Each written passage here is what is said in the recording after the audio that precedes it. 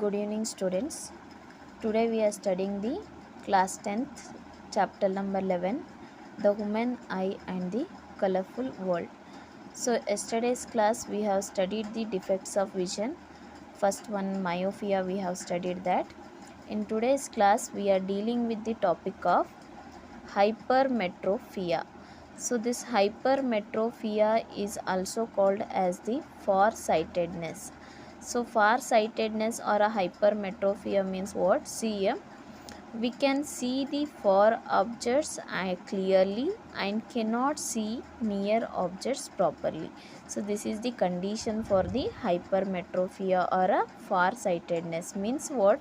We can able to see the far away objects clearly and cannot able to see the near objects properly. So why this particularly happen in a human being's eye? Means because of the reason, see here, the image of near objects are not forming on a retina.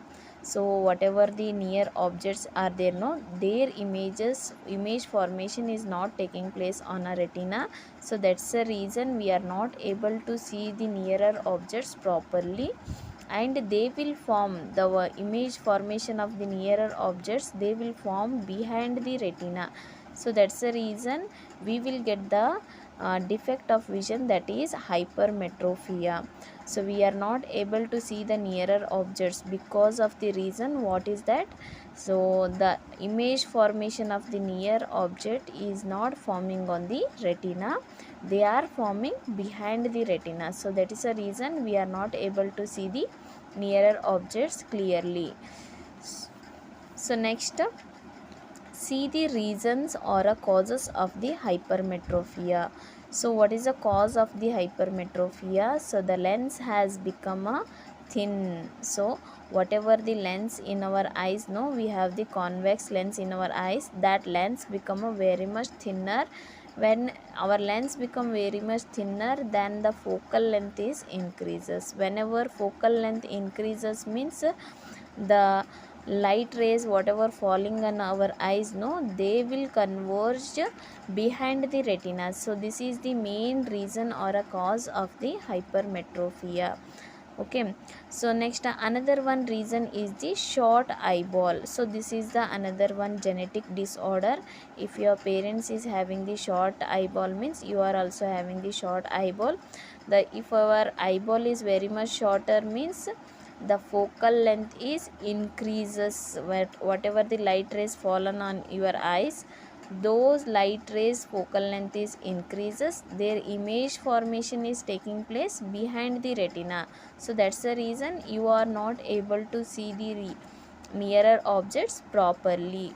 So this is the causes of the hypermetropia. The first cause is lens become thinner. So lens become thinner means our focal length is increases. Focal length increases means obviously our uh, light rays will converge behind the retina. Okay, next we came to know hypermetrophic eye diagram. See here, hypermetrophic eye diagram is C. So this is I am considering as a object.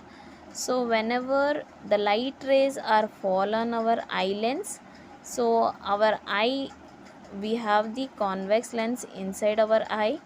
So whenever convex lens, we know that they are the converging lenses. So whenever light rays fall on this, what happen? The convex lens will converge. So convex lens, the increased focal length, that's the reason what happen? They will converge behind the retina. So this is the condition for hypermetrophic eye. So what happen? Basically, if you want to see this object clearly means these light rays will converge on the part of a retina, then only you are able to see this object clearly.